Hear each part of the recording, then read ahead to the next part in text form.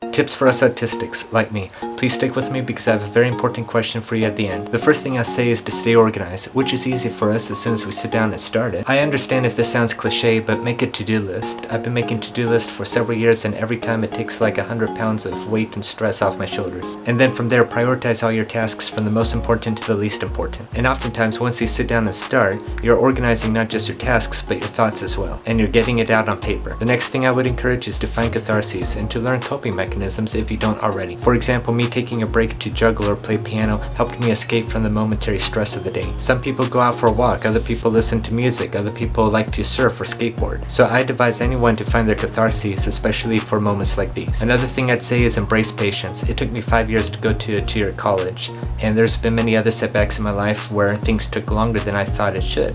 But I learned that if you take your time, the outcome is much greater than if you rushed through it. So I agree when people say that we need to learn to go through things instead of around things. And also make peace with some of the things in life and not to hold in stress. I mean, the littlest of mistakes aren't going to make the local paper, much less international news. And we need to move on, knowing that the world will always continue to spin. And finally, I'd advise everyone to make the most of what they have and the time that they're given. I acknowledge for some of us this might be the worst sounding tip, but socialize.